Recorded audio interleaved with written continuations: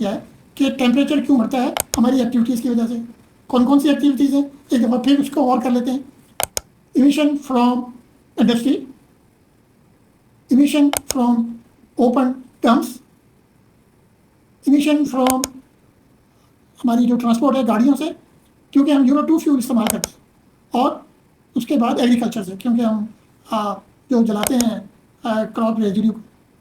तो ये main reason हैं हमारे हीट को, टेम्परेचर को बढ़ाने में।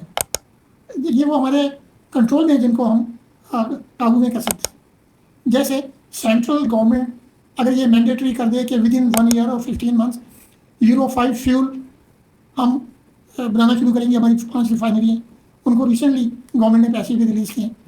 नंबर 2, व्हीकल टेस्टिंग का अरेंजमेंट तहसील लेवल पर होना चाहिए, तहसील भी नहीं बल्कि यूनियन काउंसिल लेवल पे होना चाहिए।